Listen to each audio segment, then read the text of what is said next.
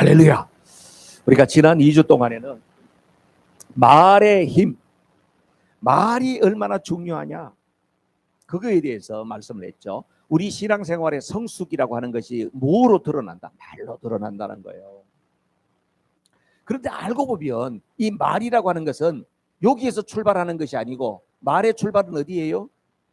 마음과 생각이라는 것이죠. 예수님께서 이렇게 말씀했어요. 마음에 쌓은 선에서 선한 게 나오고, 마음에 쌓은 악에서 악이 나온다. 말을 보면 그 사람 속에 선한 게 들어있는가, 말을 보면 그 사람 속에 악한 게 들어있는가 보인다는 거죠. 그래서 우리 그리스도인들이 뭐에 집중해야 되느냐, 치중해야 되느냐?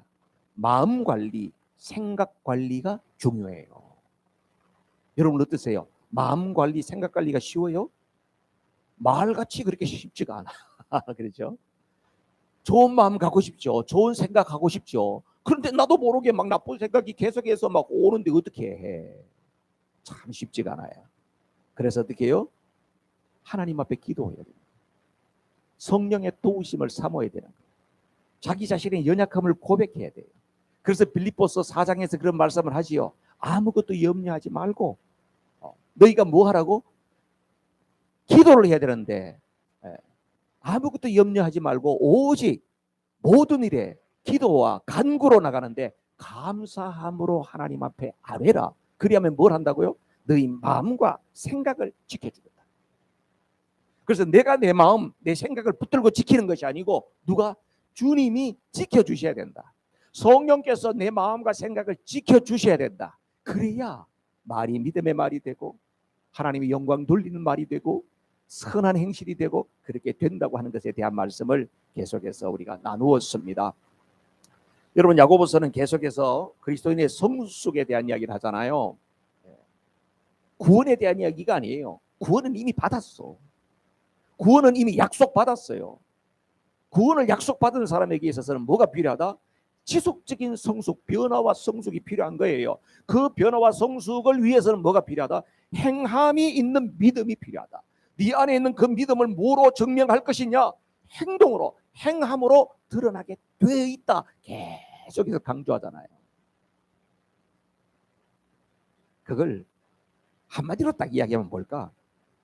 기독교는 한마디로 말하면 예수님 닮아가는 거예요. 맞죠?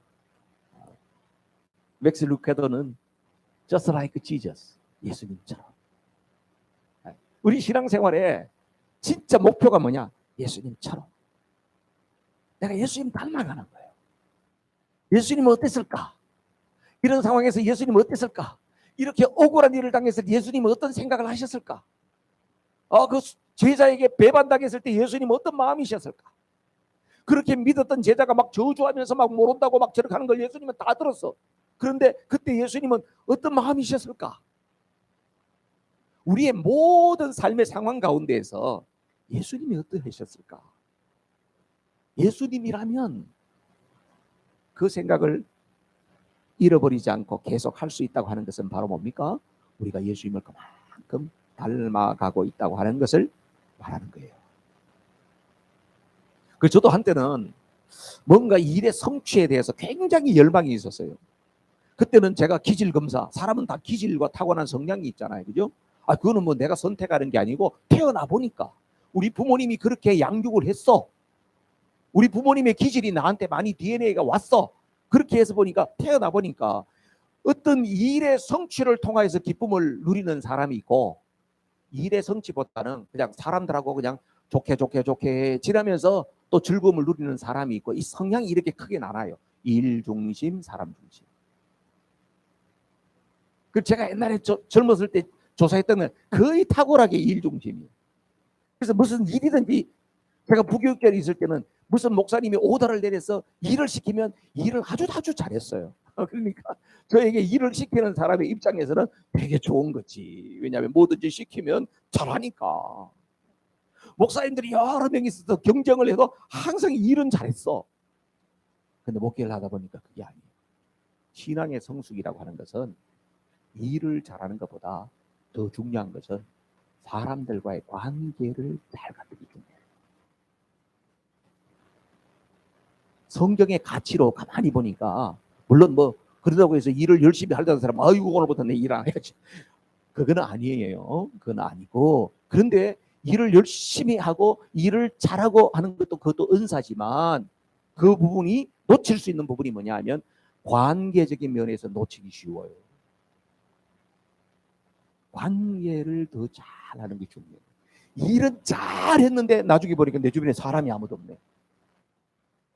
일하는 중에 나하고 안 맞지만 너 간도 있어. 너 간도 있었어. 나 혼자 할 테니까 간도. 그러고 자기는 일을 잘해서 나중에 사람이 아무도 없네. 불행한. 신앙의 성숙이라고 하는 것은 일이 조금 더뎌도 사람들과 두루두루 화평하게 그렇게 같이 세워져 가는 것, 그게 중요해요. 공감이 되시죠? 예, 여러분도 한때 젊었을 때는 막 일해가지고 막 그냥 어떻게든지 일로 승부를 볼 거야. 그래가지고 막 쓰리잡을 뛰고, 우리 장로님 잠도 안 자고 쓰리잡을 뛰고, 한국에서 손님 오면 또 그냥 차에 태워가지고 나이 가라 구경시킨다고 말이야. 10시간씩 운전해가고 그랬잖아요. 근데 연세가 좀 드셔보니까 어떻게 해요? 다 그런 것보다도 사람들하고 다 좋은 관계 속에서 지나고 합력하여서 선을 이루는 것이 더 좋구나, 이런 걸 느끼시죠? 성숙했다. 우리가 그렇게 자랐다는 거예요. 지금 저도 이제 검사를 해보면요, 훨씬 일보다 관계 쪽으로 이렇게 많이 전환된 걸 제가 알게 돼요. 너무 감사해요. 아, 그렇구나. 오늘 13절 말씀 볼까요? 13절 시작. 여러분 가운데서 지혜 있고 이해력이 있는 사람이 누구입니까? 그러한 사람은 착한 행동을 하여 그의 행실을 나타내 보이십시오. 그 일은 지혜에서 오는 온유함으로 행하는 것이어야 할 것입니다. 아멘. 초대교회 성도들이 어떤 사람이 구성이 되었을까? 기독교의 복음은요, 어느 나라든지 보면 복음이 전해지는 데 보면은요, 가난한 사람, 약한 사람, 그런 사람들을 중심으로 해서 복음이 먼저 전해지더라고요. 예수님이 와서 복음을 전할 때도 어떻게 해요? 가난한 사람, 세리들, 장기, 병든 사람, 이런 사람들이 예수님 앞에 많이 왔잖아요. 바리새인, 서기관, 이게 똑똑한 사람들은 항상 시비 걸고 그랬잖아요. 그죠? 복음이 전해지면 항상 마음이 가난한 사람들, 약한 사람들에게 복음이 전해졌어요. 초대교회에도 보면 예수님이 부활 성천하신 이후에 베드로와 야고보가 나가가지고 성령 받고 복음을 전할 때에 사람들에게 전했던 복음은요, 어려운 복음이 아니었어요. 아주 심플하고 단순한 복음을 전했단 말이에요. 그때 전했던 복음이 뭡니까? 예수님의 십자가와 부활이었어요. 그리고 이런 이야기 있어요. 유대인들에게 복음을 전했기 때문에, 여러분, 유대인 여러분, 우리 조상들에게 하나님께서 약속하셨던 그 메시아, 그분이 바로 너희들이 십자가에 못 박아 죽인 그 예수가 메시아였어. 어렵습니까? 심플하잖아요. 그 이야기였어요. 근데 그 이야기를 들을 때 사람들이 너무나도 찔림을 받고, 형제들아 우리가 어찌할꼬, 우리가 어떻게 해야 되겠니, 우리가 몰랐어. 회개하라, 예수님을 믿으라. 그러니까 그날에 하나님 앞에 예수님을 믿는 사람들이 3,000명도 돌아오고 5,000명도 돌아오고 이렇게 해가지고 초대교회가 그냥 불길같이 부흥하게 되어졌다는 이야기였어요. 그런데 오늘 이 야고보서는요, 그렇게 복음이 전해지던 그 불같은 역사가 지나면서 벌써 한 30년 40년 지나고 난 다음에 이야기예요. 지금 그죠? 좀 지났어요. 그러고 난 다음에 어떻게 해요?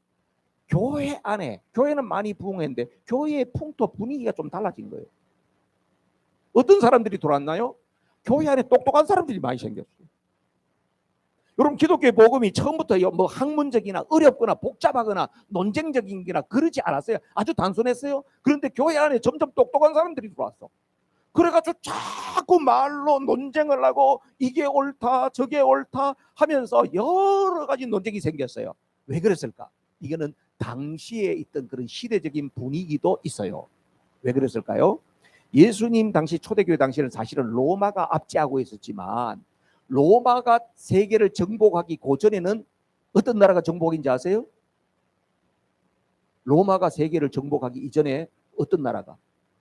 그리스, 헬라가 정복했어요. 여러분, 알렉산더 대왕 아시죠? 헬라가 정복하고 그 다음에 헬라가 로마에 무너지는 거거든요. 그런데 로마가 실제적으로 모든 통치권을 가졌지만은 그 당시의 시대의 사상이나 모든 사고 체계는요, 헬라 그리스 문화가 훨씬 더 강력했어요. 그래서 힘으로는 로마가 정복했지만은 사람들이 그 당시의 분위기는 헬라 철학의 영향을 엄청나게 많이 받고 있었어요. 헬라 철학의 대표가 뭔지 알죠? 철학의 대표적인 특징이 뭐냐 하면요, 이성적이에요, 논리적이에요, 합리적이요, 논쟁 디베이트를 많이 해요. 그래가지고 막 서로 뭔가 하나 있으면 이슈를 가지고 막 논쟁을 해가지고 말싸움에서 이겨야 돼. 논리 싸움에서 이겨야 돼. 이기면 그게 진리가 되는 거예요. 예를 들면 여러분, 사도 바울이 복음을 전하러 쭉 가다가 어디로 갔어요? 저 아덴이라고 하는 곳에 갔잖아요. 그 아덴이 어디예요? 지금으로 하면 그리스의 수도 아테네입니다. 철학의 본고장이에요. 소크라테스, 발코라테스 이런 사람들이 다 거기서 살았어요. 아시죠? 철학자들이 거기서 다 앉아가지고 논쟁을 하고 그랬어요. 거기에 보면요, 그 사도행전 17장에 보면 이런 이야기가 있습니다. 그 바울이 거기 가 보니까 자기는 기대를 하고 갔거든. 왜냐하면 철학의 도시니까 사람들이 얼마나 많이 배우고 수준이 있겠어. 야, 이런 사람들하고 내가 말하면 참 말이 통할 거야. 그러면서 바울은 굉장히 기대를 갖고 갔거든요. 그랬더니 어땠습니까? 우상이 얼마나 많은지, 우상이 너무나도 많아가지고 우상 밑에 이름을 다 써놨는데 보니까 알지 못하는 신 이렇게 써놨어.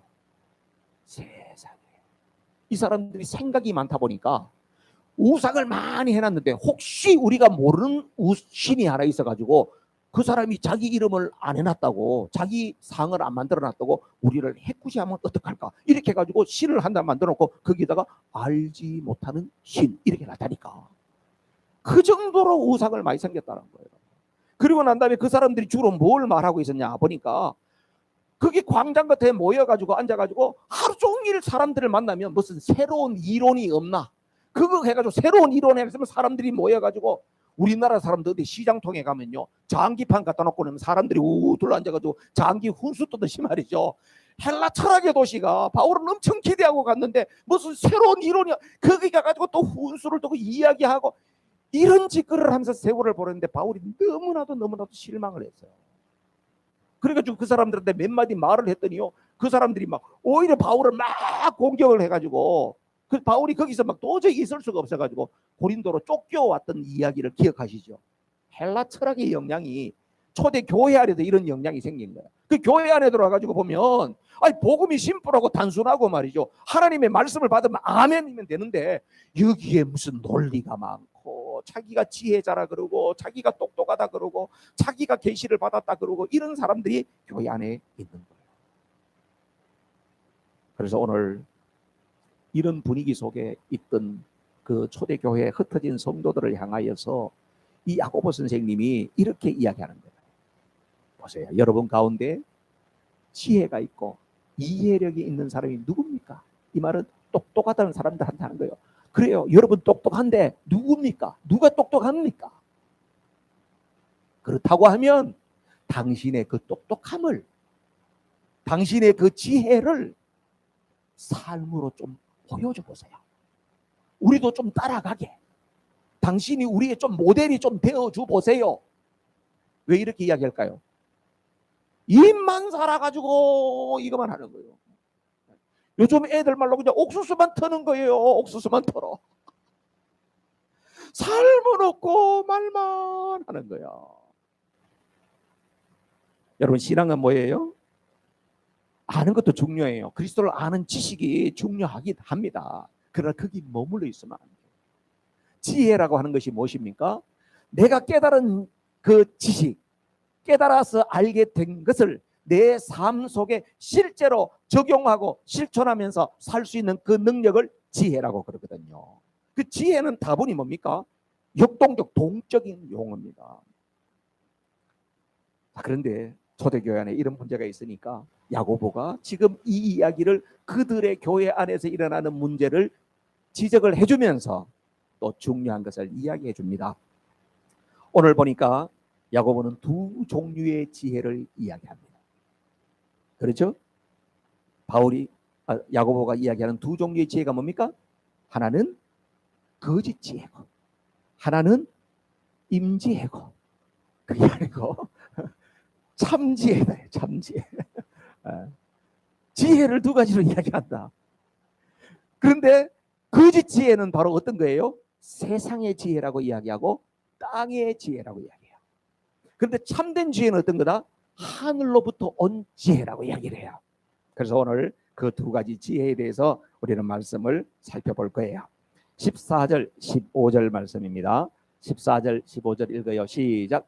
여러분의 마음속에 지독한 시기심과 경쟁심이 있으면 자랑하지 말고 진리를 거슬러 속이지 마십시오. 이러한 지혜는 위에서 내려온 것이 아니라 땅에 속한 것이고 육신에 속한 것이고 악마에게 속한 것입니다. 땅의 지혜, 세상의 지혜라고 이야기하는데 이런 지혜의 특징이 뭐냐면 육신에 속한 것이라고 하면 정욕적이라는 거예요. 이기적이라는 거예요. 자기 중심적이라는 거예요. 자기 자랑을 위한 거라는 거예요. 지혜가 있긴 있는데 그게 공익을 위하고 다른 사람을 위한 게 아니고 자기 잘났다는 거예요. 그런데 그것이 소속이 어디다? 악마에게 속한 거예요. 여러분, 그런 지혜는 출처가 어디다? 마귀로부터 온 거예요. 여러분, 우리가 세상을 살아가는 중에 그냥 일상 보통 상식이라고 생각하는데요, 그렇지 않아요. 성경이 이야기하고 있는 것은 상식이라고 하는 말과 행동과 모든 것 가운데 그 배후에는 뭔가 있다는 거예요. 뭐가 있어요? 영이 있어요. 그 영이 좋은 성령의 역사이냐 아니면 우리를 해롭게 하는 악한 영의 역사이냐, 그 배후가 있다고 하는 것을 이야기하지요. 우리가 아무리 주님의 일을 열심히 하고 봉사를 많이 하고 성경을 많이 읽고 교회 와서 여러 가지 내가 업적을 쌓았다 할지라도 그것이 세상의 지혜가 될 수 있고 땅의 지혜가 될 수 있고 그 배후의 역사가 그렇게 내가 열심히 하는 일들이 사단 마귀의 영의 역사일 수 있다는 거예요. 무서운 이야기입니다. 뭘 통해서 알아요? 거기에 보면 앞에 14절에 이런 말씀이 있었죠. 여러분 마음속에 지독한 시기심과 경쟁심이 있습니다. 와, 이게 무서운 이야기예요. 여러분, 땅의 지혜, 세상의 지혜는 그 출발 동기가 뭐예요? 내가 하나님으로부터 받은 은혜가 너무나도 감격스러워서 나 같은 사람을 하나님께서 선택하셨다는 게 너무나도 감격스러워. 이게 아니에요. 응? 저놈이 저걸 해? 아주 별것도 아닌 놈이 네가 뭐 잘난 척을 해? 항상 다른 사람에 대한 시기와 경쟁심으로 봉사를 하든지 신앙생활하는 것들이 결국은 그게 마귀적이라는 거예요. 아무리 많은 업적을 쌓고 많은 것을 했다 할지라도 그 열매는 반드시 나쁘게 돼 있다는 거예요. 시기와 경쟁심으로 한 것은 열매가 나빠요. 그 열매가 뭘까? 16절에 열매가 나와요. 시작. 시기심과 경쟁심이 있는 곳에는 혼란과 온갖 악한 행위가 있습니다. 와우. 그렇죠? 시기심과 경쟁심을 하면 열매가 혼란스러워. 열매가 어떻게 해요? 이런 사람은 수단 방법을 안 가려요. 그러다 보니까 온갖 악한 행위가 있어요. 그 뒤에 보니까 뭐예요? 거짓말도 막 해요. 목표 달성을 위해서는 거짓말도 그냥 막 해야 되는 거예요. C.S. 루이스라고 기독교 변증가 있죠. 그분이 이런 이야기 했어요. 시기심이 뭐냐? 가장 혐오스러운 악덕이다. 시기가 얼마나 나쁜지 그렇게 이야기했어요. 시기심이라고 하는 것은 다른 사람이 잘 되는 것을 한탄을 한다는 거야. 다른 사람 잘 되면 다른 사람 잘 됐어 이러고 말아야 될 텐데, 아니면 우리 그리스도인들은 그래 그 사람 잘 됐어 너무 잘 됐다, 이게 예수 믿는 사람의 마음인데 다른 사람 잘 됐어, 아이고, 그런 인간이 잘 됐다니, 아이고, 너무나도 억울하다, 이런 마음이 든다. 이게 뭐예요? 시기심이 가득한 마음이야. 누군가가 성공했다, 누군가가 잘했다고 이야기하면 갑자기 성난 방울뱀처럼 목을 치켜든다. 이게 시기심이라는 거예요. 시기심 있는 사람 화가 치밀어 오른다, 이런 이야기예요. 화가 치밀어 오른다. 다른 사람의 성공이 나의 불행으로 생각된다는 거예요. 그게 시기심이에요. 여러분, 성경에는요 시기심으로 인하여서 생긴 불행이 얼마나 많은지 모릅니다.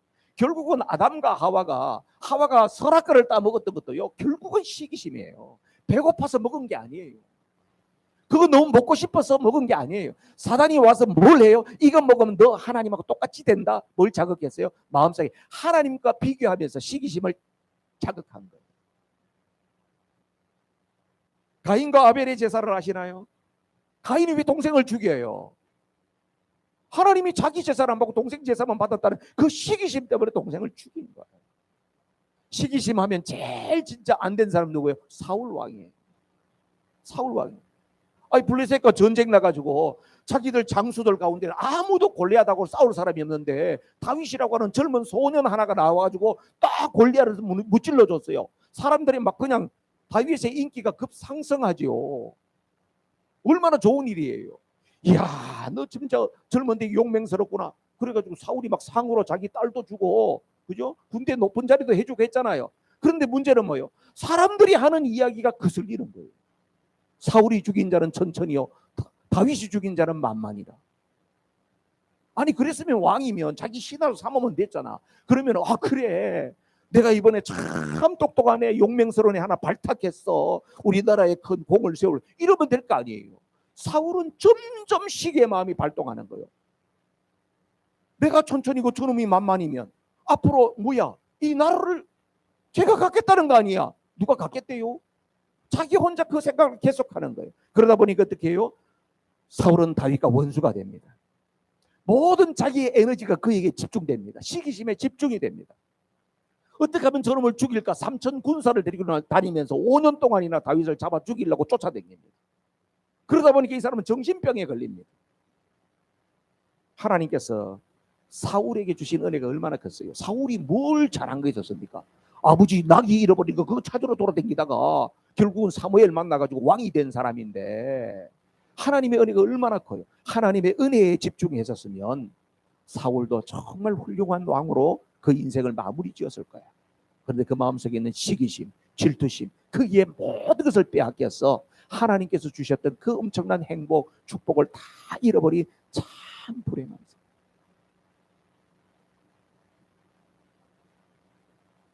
초대교회도 아나니아와 삽비라라고 아세요, 여러분? 아나니아와 삽비라가 얼마나 중요한 일을 했습니까? 초대 공동체에 다 가난했기 때문에요. 뭔가 좀 있는 사람은 자기 재산을 헌납하고 이렇게 해가지고 그 같이 더불어 공동생활을 하고 이렇게 했거든요. 아나니아와 삽비라가 하나님 앞에 헌신할 마음을 생겼어요. 자기의 밭을 팔았어. 그래서 그걸 갖다 바치려고 하는 과정 속에서 부부간에 이런 이야기를 하는 거예요. 여보, 이거 다 바칠 거예요? 여러분들 그럴 때가 있죠. 캐시를 손에 잡으면 갑자기 마음이 흔들리는 거예요. 아유, 헌금을 좀 밀어놨던 거 하려니까 아유, 너무 많다 이거 다 해야 돼? 이런 생각이 들 때가 있잖아요. 아나니아도 삽비라 똑같았다는 거예요. 그런데 왜요? 그러면 솔직히 말해서 베드로한테 와서 아유, 베드로 사도님, 제가 이렇게 다 이렇게 좋은 마음으로 시작했는데 제가 이게 부족해요. 이제 늙어가지고 나도 할 일도 없고 그러니까 노후를 위해서 조금은 놔두고 왔어요. 그랬으면 얼마나 복을 받았겠어요. 근데 거짓말을 룩죽하네. 다 합니다. 진짜 다 하냐? 다 합니다. 진짜냐? 다 하라니까요. 그 남편이 꼬꼬닥 죽었어. 장사하고 나니까 아내가 오네. 남편이 안 오니까 우리 신랑 어디 갔어요? 삽비라야, 너 이거 다 하냐? 다 하지요. 진짜냐? 다 합니다. 왜 그랬을까요? 성경에는 안 나와요. 그런데 추측해 보니까 아나니아와 삽비라 사건 발 앞에 사도행전 4장 마지막에 보면요, 바나바라는 사람이에요. 바나바가 자기의 재산을 전부 팔아가지고 사도들의 발 앞에 내놨다는 거예요. 삽비라 아나니아에게는 아마 그 경쟁심, 시기심이 있었을 거예요. 내가 반이라 그러면은 앞으로 이 바나바가 더 유력한 사람 되는 거 아니야? 나도 요즘 굉장히 헌신하는데. 여러분, 시기심이라는 게 이렇게 무서운 거예요. 이 출처가 어디라고요? 시기심의 출처가 어디라고? 마귀적이라. 이게 중요한 거예요. 단순히 여러분 시기심이라고 해서 우리의 감정 중에 하나 이렇게 분류할 수 없다는 거예요. 내 마음에 시기심이 있다, 지나친 경장심이 있다 하는 것은 하나님 앞에서 이 출처가 어딘지를 물어봐야 돼요. 여러분, 하나님의 나라를 세워가는 데 있어서 그렇게 해가지고 시기 질투 경쟁을 통해 가지고 뭔가 이루는 거 하나님 기뻐하지 않아요. 왜냐하면 그렇게 한 것의 결과가 혼란과 악한 행위가 만들어지기 때문에, 그 열매가 분명히 나쁘기 때문에 하나님은 기뻐하지 않아요. 이야기를 하면서 우리 야고보 선생님이 또 다른 지혜를 이야기합니다. 그것은 위로부터 오는 지혜라는 거예요. 위로부터 오는 지혜, 하나님이 주시는 지혜, 하나님의 은혜로 주어지는 지혜, 그 지혜가 있다는 거죠. 17절, 18절 말씀인데요. 다 같이 시작. 그러나 위에서 오는 지혜는 우선 순결하고 다음으로 평화스럽고 친절하고 온순하고 자비와 선한 열매가 풍성하고 편견과 위선이 없습니다.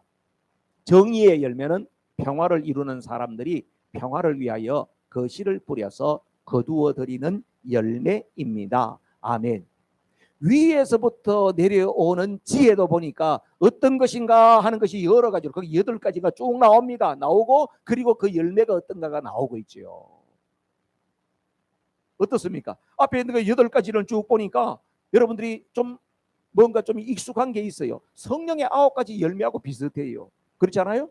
갈라디아 5장 22절 23절 다 같이 한번 볼까요? 시작. 그러나 성령의 열매는 사랑과 기쁨과 화평과 인내와 친절과 선함과 신실과 온유와 절제입니다. 이런 것들을 막을 법이 없습니다. 위에서부터 내려오는 지혜나 사도 바울이 이야기했던 성령의 9가지 열매나 다 거의 비슷합니다. 이게 바로 뭐요? 인격의 열매, 성품의 열매를 이야기하는 거예요. 예수님께서도 산상수훈에서 진짜 복 있는 사람을 이야기할 때 팔복 이야기했죠. 마음이 가난한 자, 애통하는 자, 마음이 청결한 자 쭉 이야기했지 않습니까? 우리가 생각하고 있는 그런 게 아니고, 이것은 다 성품의 변화, 인격의 변화, 예수님을 닮아가는 것, 이것이 진짜 지혜구나, 진짜 복이구나 하는 것을 우리에게 가르쳐 주는 것이죠. 여러분, 하나님 기뻐하시는 것은요, 우리가 어떤 업적을 이루는 거, 그거보다도 주님을 닮아가는 걸 기뻐하세요. 내가 어릴 때 태어났을 때는 부모님으로부터 그렇게 사랑받지 못했고 너무나도 힘든 시절에 살아왔기 때문에 사는 게 너무너무 생존 자체가 힘들어서 어떤 보살핌을 받고 이런 걸 못 해봤다.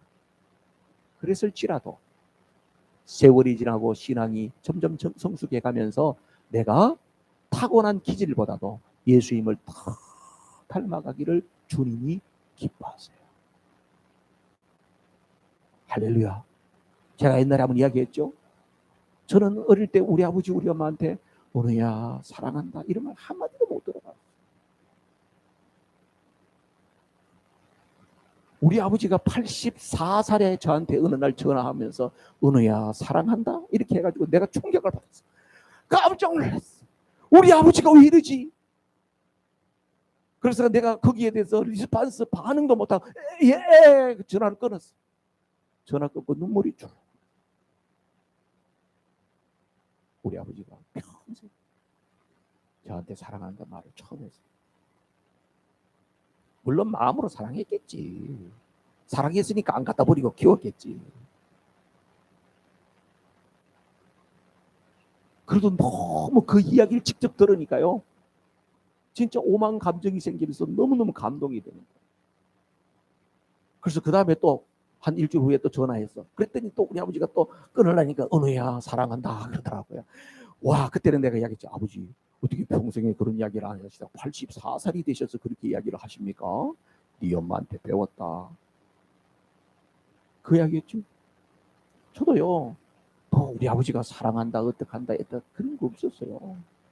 너무 엄하게 자라가지고 한 가지만 잘못하면은 저기 가서 원산 폭격해 그러면 머리 맨날 받고 이렇게 벌 쓰고 막 이렇게 자랐어요. 물론 또 지나고 보니까 가만히 보니까 벌 받을 짓도 많이 했어. 그런데 어떻게 해요? 하나님의 은혜를 만나고 하나님의 사랑을 만나고 나니까요. 내가 계속적인 변화와 성장이 일어나고 있는 거예요. 다른 사람이 봤을 때 에이구 목사님 그 정도 가지고 그래요. 아직도 목사님은 멀었어요. 이렇게 이야기할지 모르지만 내가 나를 보건대는 그래도 하나님께서 나를 많이 변화시켜 가고 계시는 거예요. 너무 감사할 뿐이에요. 야고보가 말하는 게 뭐예요? 큰 업적을 하는 게 아니에요. 여러분들이 업적을 한다고 해봐. 사실은 하나님이 만든 우주 만물에 여러분들에게 하나님께서 배당을 줘가지고 거기에 물 줘가지고 나무 안 죽게 잘 키워라. 키우겠어요? 못해. 할 사람이 없어. 그러니까 하나님께서 잠자고 나면 다 비가 내려서 다 물을 하나님이 한꺼번에 주시잖아. 일은 하나님이 다 하세요. 우리는 바로 뭐요? 하나님의 그 위대함을 깨닫고 믿고 그 하나님이 위대하신 하나님이 나를 자녀 삼아줬다는 게 너무 감사해서 하나님 앞에서 더 바른 믿음으로 살아보려고 애쓰는 것. 이게 중요한 거예요. 하나님께서는 우리가 균형 잡힌 인격의 사람으로 살기로 하셨습니다. 그 일을 위해서 하나님이 이미 다 무슨 일을 조치를 다 취해 놓으셨어. 그게 바로 뭡니까? 예수님이 이 땅에 오셔서 화목의 제물로 오셨다는 거예요. 화목의 제물로 오셔서 하나님과 우리와의 관계를 화평케 하시고 또 우리로 하여금 화목케 하는 직분 사명을 감당하면서 살도록 하셨다. 에베소서 2장 14절 말씀을 다 같이 보십니다. 시작. 그리스도는 우리의 화평이십니다. 그리스도께서는 유대 사람과 이방 사람이 양쪽으로 갈라져 있는 것을 하나로 만드신 분이십니다. 그분은 유대 사람과 이방 사람 사이를 가르는 담을 자기 몸으로 허무셔서 원수된 것을 없애셨습니다.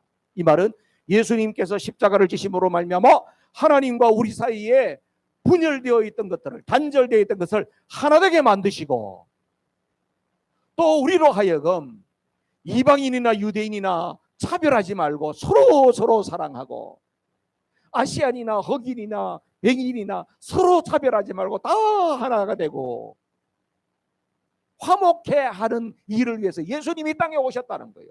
그리고 나서 그 사람을 만나는 사람, 우리에게 뭐 너도 화목해 하는 사람이 되라.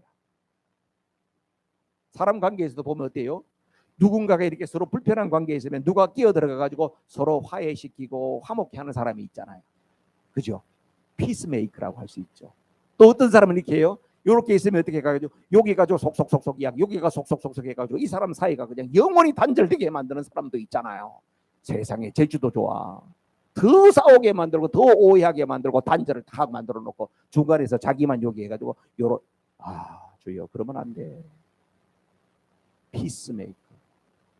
화평케 하는 자. 오늘 여기 인격의 성장이 뭐로 나타난다? 화평케 하는 자로 나타나야 될 줄로 믿습니다. 여러분 초대교회뿐만 아니라 이것은요 오고 오는 교회 속에 일어나는 일들이고 우리가 속한 공동체 속에서 이 일이 끊임없이 일어나요. 하나님께서 우리를 화평하게 하셨어요.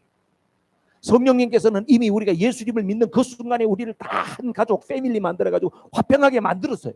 그런데 어떻게 해요? 사람들이 그 화평을 못 지키는 거야. 그래서 계속 화평이 깨지는 거예요. 깨지고 깨져요. 깨지는 이유를 가만히 보니까 이래요.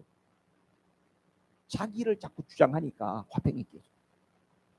자기 고집이 센 사람 주변이 화평이 자꾸 깨져. 자기 고집이 좀 센 걸 갖다가 좀 지저분한 말로 하면 똥고집이라고 해요. 그런 고집을 부리는 사람 옆에는 절대로 화평할 수가 없어요. 그렇죠? 그 다음에 어떻게 해요?